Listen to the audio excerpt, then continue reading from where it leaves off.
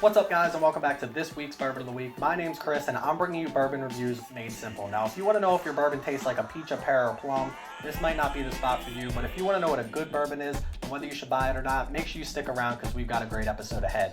Now, this week we are at Heaven Hill Distillery, so we have something special for you. This is the McKenna Henry 10-year. This is a bottled and bond single barrel, so we're going to go over this and see where it falls on our ranking sheet. But if you don't already know, this March I am doing a March Madness Bourbon Bracket single barrel edition where you guys can enter to get prizes. So make sure you check out my Instagram for all the rules and regulations on how you can get entered in that. And make sure you click that subscribe button down below and turn on those notifications so you can see exactly what we're doing. But in the meantime, let's get to the McKenna Henry.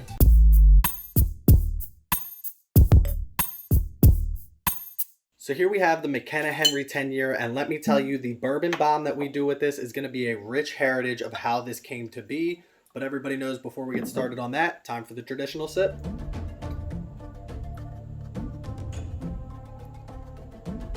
That's so good. Now I gotta be honest with you guys up front. The reason that this is not in our single barrel edition when it comes to our bourbon bracket for the March Madness is because, quite frankly, I didn't know it was a single barrel. I didn't know this was a single barrel up until about 2 weeks ago, and I've had this bottle now for quite a long time. I obviously have a backup bottle because I did like it so much. Give you a little hint into what you think this is going to get here, but at the same time, this doesn't say single barrel on it very big. It's McKenna Henry right on there. I'll get a zoom in on it. Single barrel small compared to like bottled and bond. We all remember what bottled and bond is, right? Got it. 4 rules to bottled and bond. Rule number 1, it's got to be at least 4 years old. Rule number 2, it's got to be exactly 100 proof. Rule number 3, it's got to be 1 distillery and 1 distilling season and 1 distilling location. And rule number 4, it's got to be aged in a government warehouse. Remember that next time, all right? So other than bottled and bond and the single barrel on here, it says aged 10 years right at the top here. And that's important because this is one of the oldest bottled and bond bottles that you're going to get. 10 years is a long time when all you needed to do was be at least 4 years to put bottled and bond in it. So they're definitely going above and beyond to give this a little more oomph, you know, a little bit something extra, and it works. I'll tell you right off the bat, I love almost everything about this bottle, but let's get into it. First off, drinkability. This is 100 proof, obviously with the bottled and bond, and it's got a kick. I won't tell you that it doesn't have any kick. It's got a little bit of a kick. I don't think it tells us on here, but I do know that our mash bill is made up of something that I like a lot. This is 75% corn, 13% rye, 12% barley. What else has that mash bill? Our Wild Turkey line, one of my favorite lines. We got the Wild Turkey 101. We got the rare breed in here. And then obviously coming up in March, the Russell's single barrel is going to be in our March Madness bracket. So those Wild Turkey line, this is coming off of the same mash bill as the Wild Turkey line, and I love the Wild Turkey line. Drinkability on this, though, we'll get into the taste next. It's smooth. It's 100 proof. It's got a little bit of a kick, but it is a high rye, so you are going to get a lot of those rye spices. So for drinkability on this, it does have a little bit of a kick, but again, keeping 100 proof and keeping that high rye in mind, I'm going to give this let's give it like an 8.9 when it comes to drinkability. I think it could be a little bit higher if it lessened up on that kick a little bit, but I don't knock it for anything that it's got going on here for drinkability. 8.9 seems like a fair spot. That's just me though. That's going to bring us over into taste on this, and that's the one thing. It's just so well-rounded. There's nothing that really stands out. You get a little bit of dryness on the tongue, which isn't always my favorite, but it's not like I'm not like reaching for a glass of water dry on the tongue, and everything else is just perfect. You get a little bit of a Kentucky hug, a little bit of warmth with it. That rye spice isn't too much at the end there, but yet at the same time, the caramel, the oak, the vanilla, it all just mixes and balances itself so well that nothing overwhelms the other, and nothing really stands out to the point that you're like, oh, this is too much caramel, too much oak, too front forward on spice, or too sweet, or anything like that. It's perfectly balanced across all of these factors, and I just honestly, I couldn't ask for a better tasting bourbon if you ask me. My preference wise, this is what the bourbon should taste like. This is what every bourbon should taste like. Obviously, they switch it up, so they don't all taste exactly the same. They kind of all do, but certain ones are unique and they stand out. We've talked about, like, we did the Woodford Double Oak, which is one of the most unique bourbons that I've had that I still enjoyed, whereas something like the Hudson Whiskey Baby Bourbon, trying out that 100% corn just isn't my flavor profile. This is my flavor profile down to a T. So if you're ever looking for a bourbon that you want to get me, feel free to send me bourbon anytime you want. This is what I'm looking for when it comes to the flavor profile. I can't give it a better score. I got to give it a 9.5. I don't want to give it, I don't want to leave it. You got to leave room. You know, you can't give anything a 10 ever. You got to leave room for improvement. But from my experiences so far in bourbon, this is the best tasting bourbon that I've had. It's so well put together and so well rounded that I really can't ask for anything else. The perfect tasting bourbon, 9.5. So last but not least, of course, that's going to get us into price on this. And the thing about this is it's $50, but let's talk about that $50 price tag. There's a lot of bottles that we've had in that $45, $50 range, which I haven't liked a lot in that. Even when the drinkability is all right and the flavor is good, it just doesn't have everything that you're looking for in a bottle. But the question about this is, what doesn't it have? You've got a 10-year age statement on it. You're looking at a 100 proof bourbon. You've got a single barrel on there.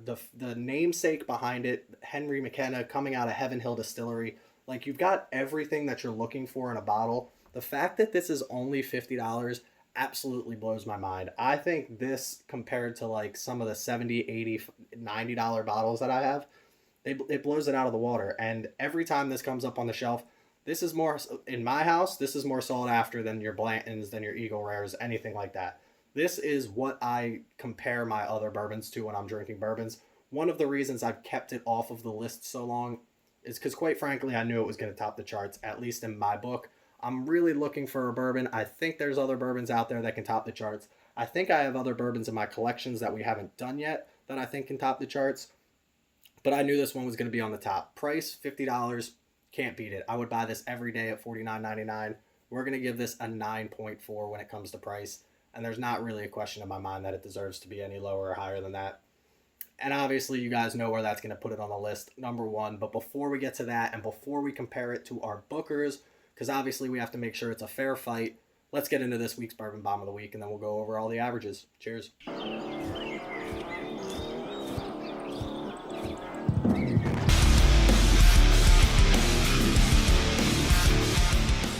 So this week's Bourbon Bomb of the Week is brought to you by Henry McKenna. Now, he was born in Ireland in 1819 and ended up moving to the United States in 1838. He was only 19 years old at the time.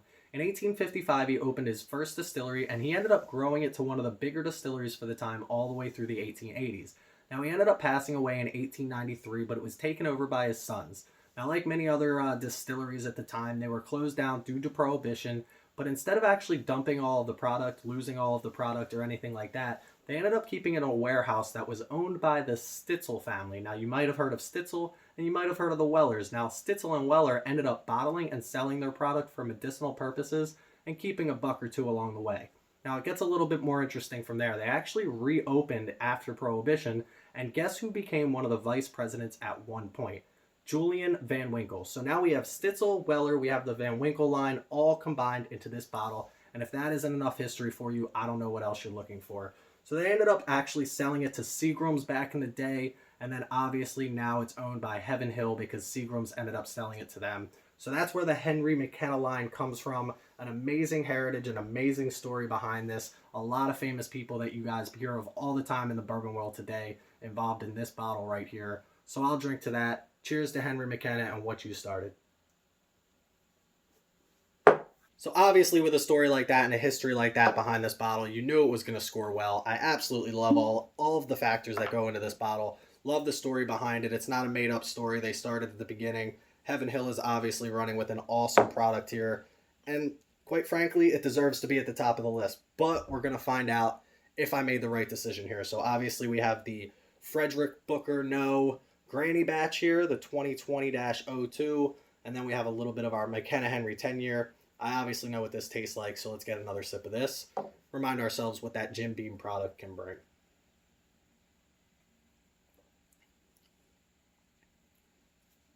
Right off the bat, a little bit harsher, but let's keep in mind, sorry, this is the 2020-01 batch. I don't know why I said 02. Did I say it was 02 before? Now I'm kind of confused. 2020-01. This is a 126.4 proof, so obviously we have to keep that in mind. But when you taste this, it does have a little bit of a kick. I think I gave it a pretty good score before when it came to drinkability. The flavor profile's crazy different. I know I liked this one before. I don't think I loved it because that Jim Beam product does have a little bit of that nuttiness that comes along with it, which you can definitely get right off the bat with this. Not my favorite in the world. This is my favorite in the world. It's hard. It's hard to compare 130 proof to 100 proof, especially when you sip them side by side. This one, I feel like, I don't know, that's close. One more sip. I gotta keep it fair here. One more sip for the two of these. 130 proof, 100 proof. Let's see which one should win the drinkability.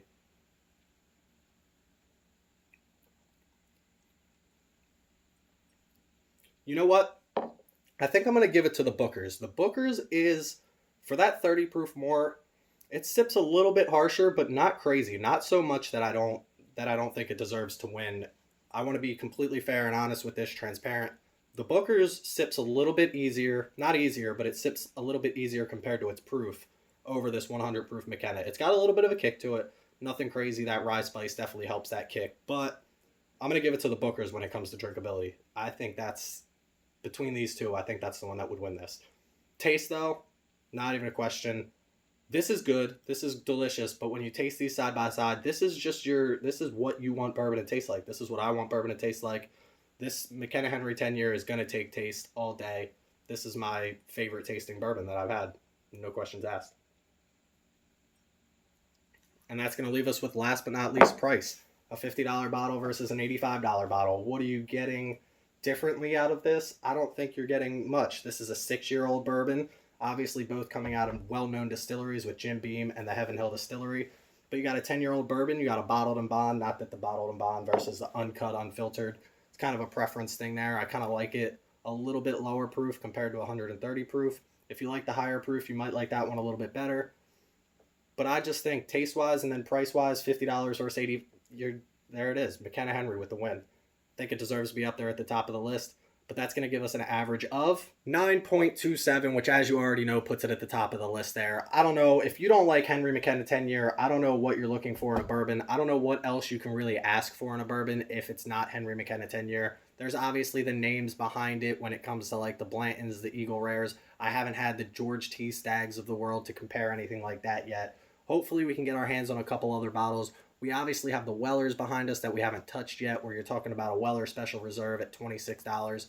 I don't like to do the bottles that everybody can't get their hands on, but this one I wanted to do something special before we worked our way into the March Madness bracket. I think personally this one would have won. I've only had a couple of the other single barrels that we've done, so I wanted to keep this one out, plus the fact I didn't even know it was a single barrel. But once I found out, I already told myself I couldn't put it in there because it wouldn't be fair to the other bottles, because I already tried it so much and because it's that good, if you ask me. But that's where we're going to end it today. Make sure you go onto my Instagram, check me out, and click that follow button over there as well. Every Tuesday at 4 p.m. we drop an image of the bourbon that we're going to review that very next day, so you can go on and try and guess the score of the bourbon that I'm going to review. If you guess the closest, you're going to get a shout out on the channel, as well as entered in a monthly drawing for a prize that we give away on the channel, something small from me that I'm going to send to you guys. Last week we had the Blade and Bow come in at a 7.77, and we had, that's right, Albert Nashville came in with a guess of 7.66 on the 7.77. So shout out to him. He's going to be entered in our monthly drawing, and I believe that's going to wrap it up here for February, so I'll make sure to pick our winner coming up soon. You will find that on the Instagram as well. And again, make sure you click that like, make sure you click that subscribe button down below so you can be entered in our drawings for next month's prizes that we're going to be doing right here on the channel as we go through March. So check it out. Make sure you're a part of all of it. You're not going to want to miss it. It's going to be a lot of fun. We're going to incorporate a lot of people as we go. But in the meantime, please don't drink and drive. Drink responsibly. And as always, wash your hands and get your vaccine. Pandemic's almost over, y'all. Cheers. Oh, now we can drink both.